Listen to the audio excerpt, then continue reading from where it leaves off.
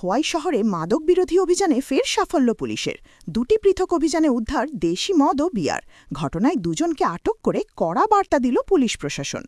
মঙ্গলবার সন্ধ্যায় খোয়াই থানাধীন ঘোষপাড়া এলাকায় সুভাষ পার্ক পুলিশ ফাঁড়ি ও জেলা পুলিশের সিভিল টিমের যৌথ অভিযানে মরণ ঘোষের বাড়ি থেকে উদ্ধার হয় ১৭ লিটার দেশি মদ। অভিযানে আটক করা হয় মরণ ঘোষকে। এর কিছুক্ষণ পর আরেক অভিযানে ২৪টি বিয়ার ক্যানসহ সাইনি দেববর্মাকে আটক করে পুলিশ। সুভাষ পার্ক পুলিশ ফাঁড়ির ওসি রনিত সরকার জানান, আটক দুজনের বিরুদ্ধেই আইনানুগ ব্যবস্থা নেওয়া হয়েছে। পুলিশ জানিয়েছে, খোয়াই শহর ও আশপাশের এলাকায় মাদক বিরোধী অভিযান আরও জোরদার করা হবে।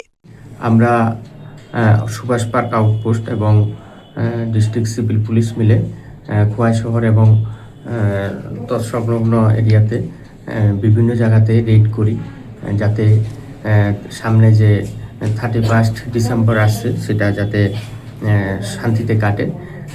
আজকে প্রায় 5:30টার সময় ঘোষপাড়া মরণ ঘোষের বাড়িতে রেড করি। সেখান থেকে 17 লিটার দেশীয় মদ উদ্ধার করতে সক্ষম হই এবং ওনাকে অ্যারেস্ট করি।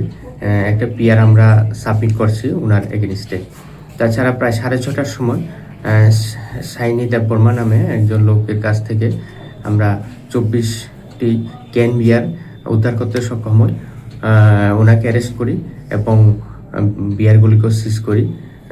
তার বিরুদ্ধে আমরা একটা প্রসিকিউশন নিচ্ছি, তার যাতে এইরকম কাজ আর না করে। তাছাড়া আমরা এর জারি থাকবে যাতে 31 ডিসেম্বর সুষ্ঠু এবং শান্তিতে কাটে।